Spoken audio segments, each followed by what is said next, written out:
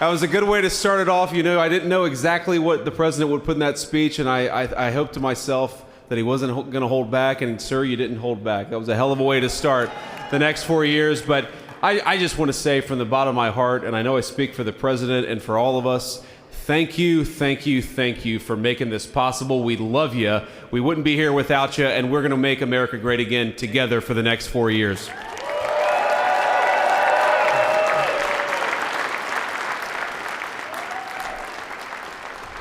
And the last thing I'll say is, you know, having stood outside for about 5 minutes to wave goodbye to the Bidens, thank God we moved that thing indoors because it was a beautiful ceremony and it was cold as hell outside. So, sir, the 45th and 47th President of the United States, Donald J. Trump.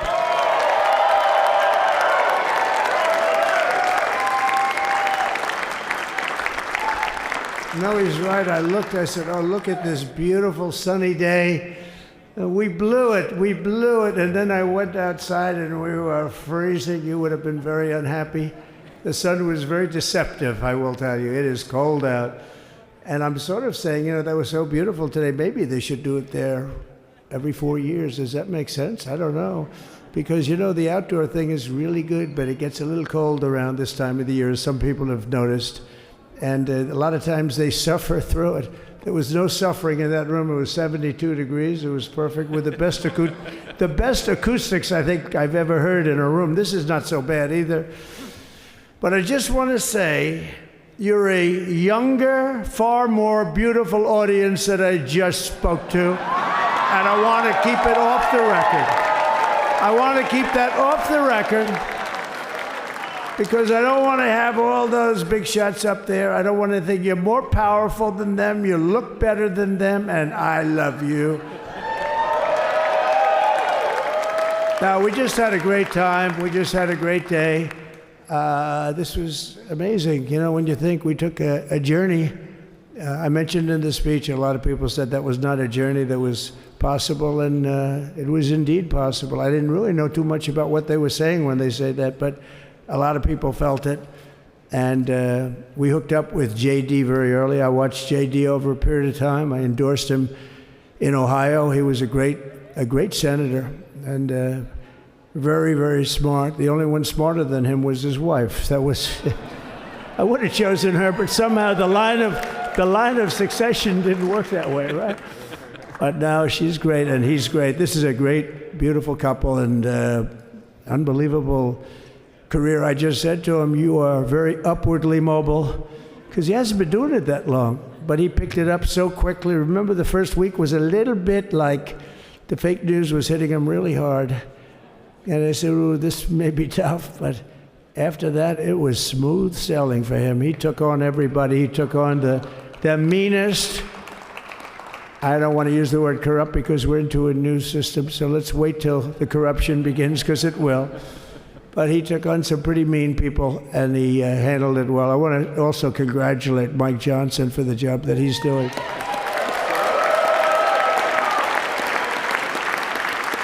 Steve, we gave him a majority of almost nothing, and then I said to make it tougher on him, let me take 2 or 3 of the people, right?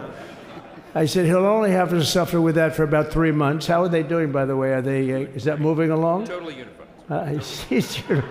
I said, do you mind if I take this one, that one, and a couple of others? He didn't mind. He can handle it. No, he's a man that's liked by everybody. I've never met a man like this. You've got how many is it, 219 or 220 or something? 220. And of the 220, 219 really like him. I noticed he got 1 negative vote once about 2 weeks ago. But I think even 220 like him, if you want to know the truth. And that's very unusual. I know a lot of nice guys in Congress, and they have 35 people that hate him. So if you have 35 people that hate you and you only have 1 or 2 or 3 votes, you'll have 5, I think. But that's going to be like, you know, the good news is when we get to that 5 number, it's going to feel like a massive majority. You could be really nasty to a couple of them at least, you know? So it's going to feel like hitting your head on the wall and stopping. It feels so good to stop, but he's done a fantastic job. And Steve Scalise is, he's our hero because, you know, I was with him. You talk about being shot. I was with him. He got some bad ones, and his incredible wife, and she really loves him. You know, you never know about that. I've been with other people. They were doing poorly, and the wife is like looking at her watch. She can't get out of the hospital fast enough. How's he doing? Oh, I don't know. He's all right. That woman was a mess. She was crying and crying. No, they're going to take him. They're going to take him. I told Steve when he finally woke up, it was a while too. The doctor told me it was the most blood they've ever transfused in any patient. They've never done anything like it. And here he is, the picture of strength, right? And he's been a great friend of mine, right? With a family, because of a family. And what a job you did. It worked out pretty much better than we even thought, right? And I did have a couple of things, to say that were extremely controversial. And between JD and Melania and anybody else that heard, please, sir, it's such a beautiful, unifying speech. Please, sir, don't say these things. I said, I'm telling you, it's going to play great. They say, you're right. For this group of people, it's going to play great. You're the only ones I hurt by not, but we had some beauties, didn't we, Melania? She said, sir, calls me sir when she's angry. No, I'm only kidding. I better say I'm only kidding, or the press is going to pick that one up loud and clear. No, but she said, no, I think it would be terrible. It's such a nice speech. I think it's, it all depends on your delivery. How was the delivery? Was it good? But she said it's such a beautiful speech. You can't put things in there that you were going to put in. And I was going to talk about the J6 hostages, but you'll be happy because, it's action, not words that count. And you're going to see a lot of action on the J6 hostages. See a lot of action. And I was going to talk about the things that Joe did today with the pardons of people that were very, very guilty of very bad crimes, like the Unselect Committee of Political Thugs, where they literally, what they did is they destroyed and deleted all of the information, all of the hearings, practically not a thing left. They deleted all the information on Nancy Pelosi having turned down the offer of 10,000 soldiers. You wouldn't have needed 10,000, you could have had 500, and it would have stopped. Because we may have had 1 million people that day, the people that were there. You don't see any photographs, but we have a lot of great photos. But you don't see those photographs. They don't put them in. They show the people at the Capitol. But I was talking about that. I was going to talk about that. They said, please don't bring that up right now. You can bring it up tomorrow. I said, how about now in front of I'll bring it up right now. This little time delay is good because we're getting great reviews on the speech. Now watch. They'll take the speech and say, I didn't like it because he left there and he's talked to people. But we're giving you a little more information than we gave upstairs. But no, they pardoned a lot of people. They pardoned, before we even get to today, they pardoned, 33 murderers, absolute murderers, the worst murderers. When you get the death sentence in the United States, you have to be bad because they don't give it much. And he pardoned almost everybody having a death sentence. And if you went through the crimes that were committed, you wouldn't even believe them, the level of violence, the people that were killed, the innocence of people that were killed, and children killed by these people. And he pardoned them for whatever reason.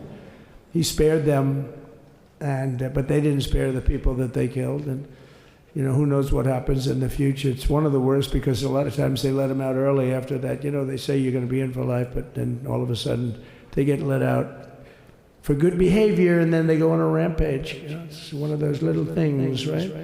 But I was going to talk about that. But I was really going to talk about the level of, what's going on. Why are we doing this? Why are we trying to help a guy like Milley? Why are we doing Milley? He was pardoned. What he said, terrible what he said. Why are we helping some of the people? Why are we helping Liz Cheney? Liz Cheney is a disaster. She's a crying lunatic and crying Adam Kinzinger. He's a super crying. I never saw the guy not crying. He's always crying. I looked at him. I remember years ago he was actually on my side. And then one day, when you don't want to kill people in wars, they turn against you. Liz Cheney hated the concept of not going to war with everybody. Let's kill everybody. Let's spend a lot of money on military equipment, where her father works, right?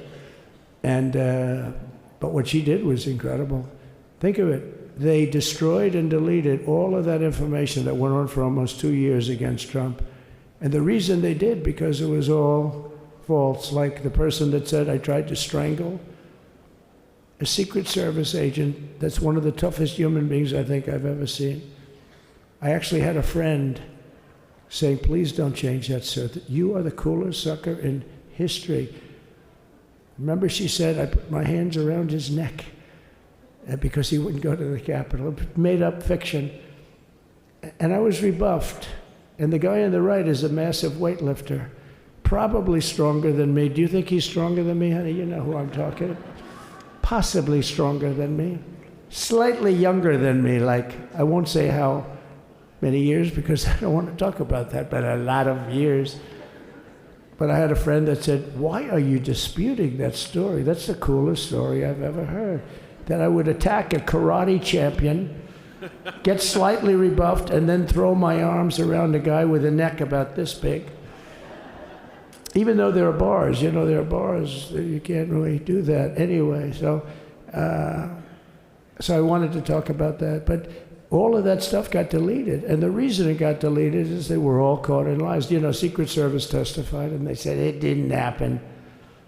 Actually, the two guys were very embarrassed. They're suffering because their friends are saying, did Trump really do that to you?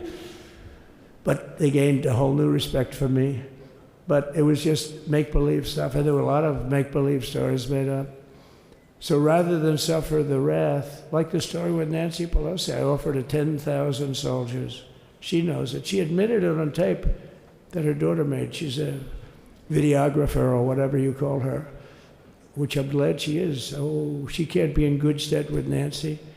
But Nancy said it was my responsibility as she's leaving the Capitol. She said it was, and it was. She's in charge of security at the Capitol. But I offered them up to 10,000 soldiers, even more. One time I said more, as many as you need. But you needed 400 or 500. If 4 or 5, you 10,000, that would be more than the number of people there by lot.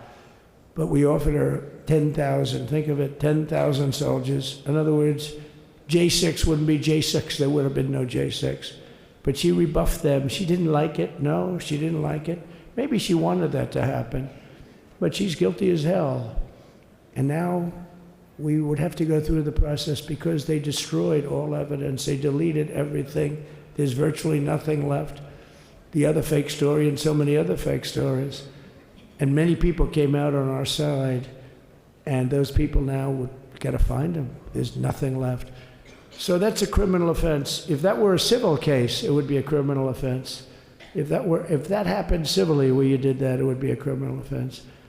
So I decided I'm not going to make this speech complicated. I'm going to make it beautiful. I'm going to make it a unifying speech. And then when they said we have a group of people that are serious Trump fans, I said, this is the time to tell those stories.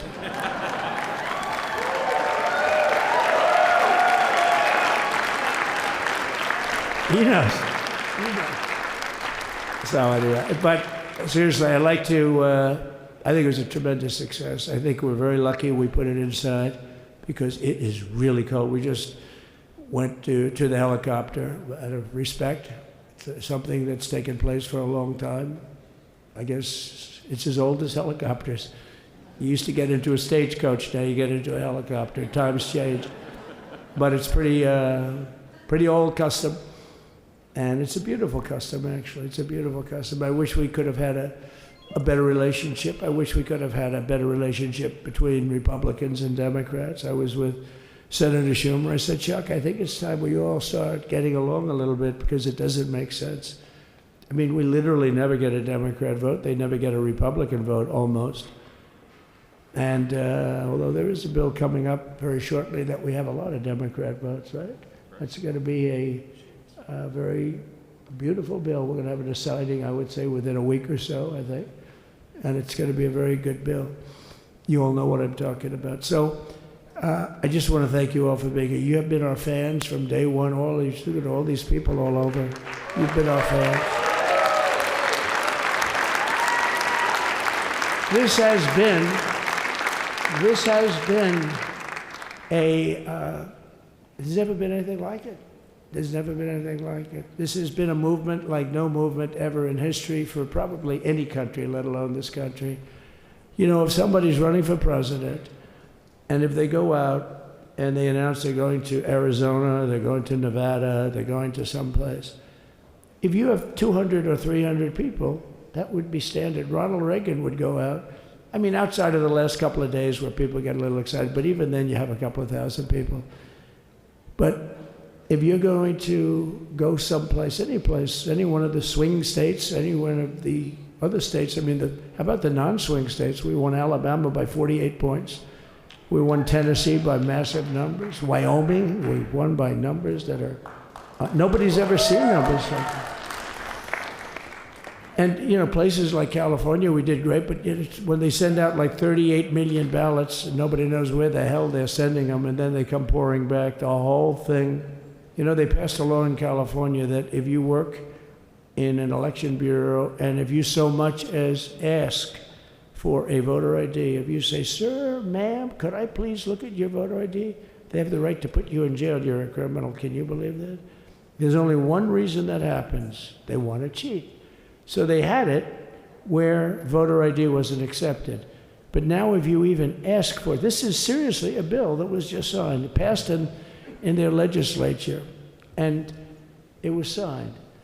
And I think when we get things cleaned up and we get back to a little bit of normalcy, I'm going to ask the speaker to really get involved, because I think we would have won the state of California, because, you know, if you look at my numbers with Hispanic, we're at 56%.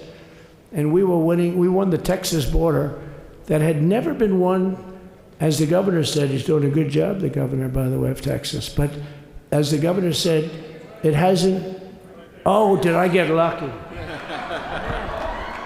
Did I get lucky? Supposing I said, you know, he's not here, but the governor of Texas has done a terrible job. Wow, look at you. You mean we couldn't get you up in the front row? I'll tell you. Supposing I said, JD, the governor of Texas, he's not doing his job. You heard what I said. See, I didn't know you were there. I said he's doing a great job. He's doing a phenomenal job. But now you're going to have a partner that's going to work with you, because you didn't have, not only didn't he have a partner, he had people selling the wall, right? We have a fence structure that we worked on, the governor worked on with me. And I didn't love it, to be honest with you. I wanted a nice precast concrete, you know, 40, 50 feet high, like a beautiful, could have been a T-shape, Y-shape. I love construction. I wanted that sucker to go up maybe 50, 60 feet. It would have looked beautiful, a nice Y shape. And they said, the problem is, sir, they climbed that like a rabbit. I said, what do you mean? No way. And they brought some of these guys out. They climbed it like... And the other thing is you hit it with acid and the thing will disintegrate. You know, they have things for concrete. So they needed very hardened steel, very special steel. And then they needed 7,000-pound concrete inside that steel, inside that steel. And then they have a rebar that's the toughest steel made. Very hard to cut. So this is why very little is cut. I mean, it's right. And then they put a anti-climb panel on top. I hated it. I said, it's so unattractive. And I said, why would that work? I don't believe it works. And I went to watch the Border Patrol, gave a display. We had actually two sets of climbers. The guys that climb up walls with drugs on their back, I mean, they got like 60, 70 pounds of drug, and they go as fast as you can walk. They go bip, bip, bip. Or we have Mount Everest type climbers. And honestly, the drug guys were much better. I couldn't believe it. The drug guys blew them away, right? But it's true, the anti-climb panel, they couldn't get around it. They just couldn't. You didn't have it.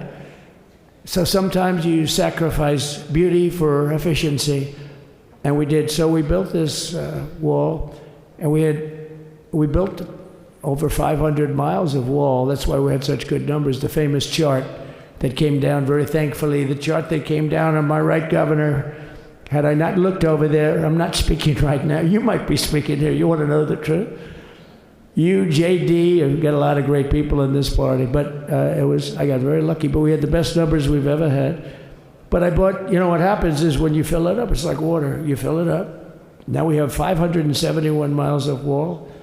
And they would always say, when we renovated a wall, so there'd be like a piece of plywood sitting there for 60 years, or a 2x4 sitting for 60 years on the ground and rotting.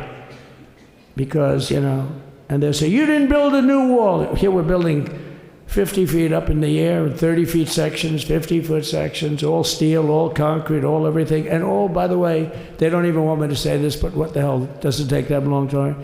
They're all wired for all of the equipment. We put wires in everything so they can easily wire for all the different types of equipment. And if there's a doubt, we have to wire. Whenever we just look, you just find the wires all over the place up top, so we can just hook it up. We don't have to have wires on the outside, which wouldn't do too well, right? So anyway, we built an extra 200 miles of wall, and the governor wanted to buy it. He tried to buy it, and they wouldn't sell it to him. He wanted to put it up himself. Could have been done in 3 to 4 weeks, 200 more miles, because when you do it, now they just keep going further out, getting around. So we did an extra 200 miles, and it was all bought, and they announced that they're not going to put it up. And that's when I realized they wanted open borders, and that's when I realized that people are going to come pouring through the wall like nobody's ever seen before, but you've seen it. A lot of you are here because of that. I made it my number one issue. They all said inflation was the number one issue. I said I disagree. I think people coming into our country from prisons and from mental institutions is a bigger issue for the people that I know. And I made it my number one. I talked about inflation too, but how many times can you say that an apple has doubled in cost? I'd say it, and I'd hit it hard, but then I go back to the fact that we don't want criminals coming into our country. We don't want the jails of every country in the world virtually being deposited into the United States. And that man had to suffer with it. And he did an unbelievable job. I'll tell you, he was a very popular governor, but now he's like an unbeatable governor because of your border policies. He was fantastic. And he really was. So. Governor Abbott he's a great man, great leader. And but it did make him did you do it? You didn't do that for politics. You did it because you wanted to do the right thing. But I'll tell you, it sure as hell worked for politics too. It's self-preservation, that's right. But no, because the people are demanding it. The people of Texas are demanding it. The people are demanding it all over. So anyway, we built it, and they wouldn't let us use it. They wouldn't let the governor use it. And other governors, they wouldn't let him use it. But he was the leader of the pack and did a great job. And then we heard about a month ago that not only wouldn't they let us use it, they were selling it. They were going to sell it for 5 cents on the dollar. Now, 5 cents on the dollar then, but today it would cost more than twice as much to build because we bought it like 6 years ago. And it was just sitting on the ground, and that does not do well for the whole thing. But it was just sitting on the ground, and I heard about it, and I called the governor, and I called a lot of people, your attorney general. And here's the story. They were going to buy it, and these are great business people. They were going to buy it for 5 cents on the dollar or less. And they were calling us up, we'll sell it to you for 200 cents on the dollar. In other words, it will cost you twice as much, so it's 200 cents on the dollar. I said, can somebody explain that to a judge? I mean, how corrupt is that? You'd think they'd say, maybe we'll sell it to you for 20 cents, 30 cents, but not 200 cents. So they were going to buy something for 5 cents, and they were going to sell it to us for a fortune. They were going to they'd have it down in Fortune magazine, they'd put it of the deal of the year, okay? You buy something like that. But it was so corrupt and so horrible. And when we told that to the administration, they didn't care. They just kept going forward. They couldn't care less. And they kept going forward. They knew that they were trying to sell it back to us. They would have sold it back to us. You would have ended up buying it. You would have paid probably 50, 60 cents, who knows. But they were going to use it for scrap metal, but then they made a much better deal. They could just buy it and sell it to us for 15, 20 times what they paid. 20 times, think of it, like 20 times what they paid.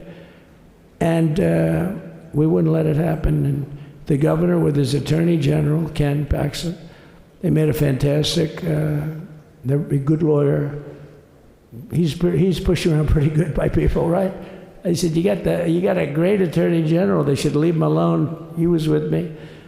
But Ken and the governor went to court, and a judge actually became incensed and actually called for an investigation. How could a thing like this happen? So he stopped it. So we're waiting to put that wall up. And now that you have a new president, that wall will go up so fast. The governor will complain, sir. This is Greg Abbott, sir. Please, the wall is going up too fast. Please don't do that. You know the story about winning. No, we're going to win too much. We're winning too much. Please, let's stop. People always love that one. We'll do this with the wall. Governor Abbott calls, sir, the wall is going up too fast. We can't take it. We just can't take it. No, I think you'll be very happy if the wall goes up too fast, right? But we'll get that done, and we'll work with you on that. But it was a great decision by a great Texas judge, right? And it was beautiful, beautiful to watch. We stopped them right in their track. I mean, they were literally loading this stuff onto trucks. It was terrible. Honestly, it was terrible. And he wouldn't take it. So I'm so glad I mentioned that they have a really good governor in Texas. And I swear, I didn't know he was here. I swear to you, it sounds like a setup. I didn't know you would end. Did I get lucky? I said the right thing. Because there have been moments when I wasn't so happy with him, you know? But not too many, I can tell you that. So anyway, it's good to see you too, Governor. Great. But I just want to thank everybody. You've been incredible. I recognize so many of you. It's so crazy. But this has been a long journey. This was a journey that started in 2015, probably started 20 years before that. People used to say, you're going to run for president? You're going to run? And I always said, no, I don't want. And then one day I said, let's give it a shot. And what I talked about then was the border, too. I think it probably was the number one issue for me. Back in 2015, 2016, I talked about the border. And now I talked about the border, but this border is much worse. We fixed the border. It was totally fixed. There was nothing to talk about. 2020, by the way, that election was totally rigged, but that's okay. It was a rigged election. You know the only thing good about it? It showed how bad they are, showed how incompetent, and frankly, historically, this is a much bigger event. If that would have gone like it should have, the bad thing about it is some bad things happened, like a lot of people in our country that wouldn't be in our country right now. So you know that's the bad part. But I will say that it started in 2015, and right from the beginning, we went to the top. Day one, they announced Trump, and Trump went to number one and stayed there for the whole primary. And then we took on Hillary. She didn't look too happy today. We took on Hillary, a very nice person, but we took on Hillary and we defeated Hillary, and then we did much better the second time in 2020. You know, we got millions more votes. We got millions, like 10, 12 million more votes than we did the first time. No president has ever gotten that many more votes. I got like 9 million more than anybody else had ever gotten, and they said we lost. And because of that, I said to Melania, what do you think? And she said, you want to do this again? And had we lost, and had I thought we lost, I wouldn't do it again, because that's like the ultimate poll, right? But I knew how well we did, and this time we made it too big to rig. It was so big. They tried. They tried like hell in the butt.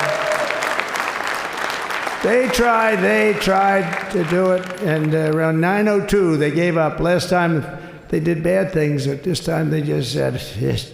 You know, I don't know if you saw, Mr. Speaker, in Washington, they had placards. They were all set to march. They thought it'd be closer. A gentleman asked me, a very respected gentleman asked me yesterday, how come the polls were so wrong? They showed you winning, but not in a landslide. I said, because people that are true Trumpers are so angry at the whole polling system and at the writers, the fake news, that they don't want to talk to anybody. So when you call somebody from Trump, who are you voting for? They say, it's none of your business. I'm not telling you. And that was probably 40% of the people they called. So they would discard that one, and they didn't show that. And then when the election happened, you know, the vote came, and it was much different, much higher than we're going to win, but they thought they really thought, they couldn't believe the one man said, I mean, it was so much higher. We won all 7 swing states. We won the popular vote by millions of votes, which is hard for a Republican. I'll tell you who came through. The unions came through. The auto workers were great. The Teamsters were great. The firemen were great. I think almost every union was great. The only one that weren't great, although Sean was great, and the Teamsters, Sean O'Brien, the head of the Teamsters, was fantastic. But generally speaking, the head of the union was against Trump, but the union would be with us for like 85%. Look what we did with the auto workers in Michigan. Look what we did with the Teamsters. The Teamsters were unbelievable. They were a solid Democrat vote, and they voted for Trump. So we had a great experience.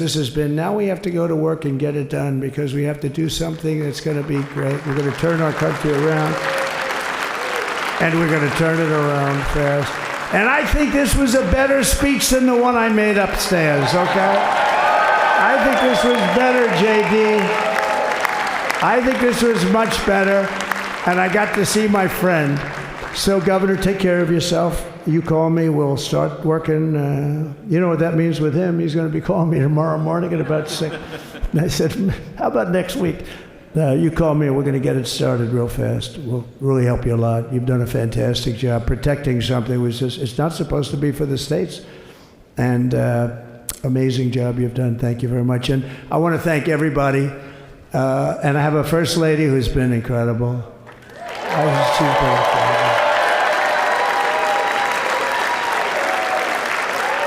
I shouldn't say this. I'm going to get hell when I say this, but her feet are absolutely aching. You know, those heels.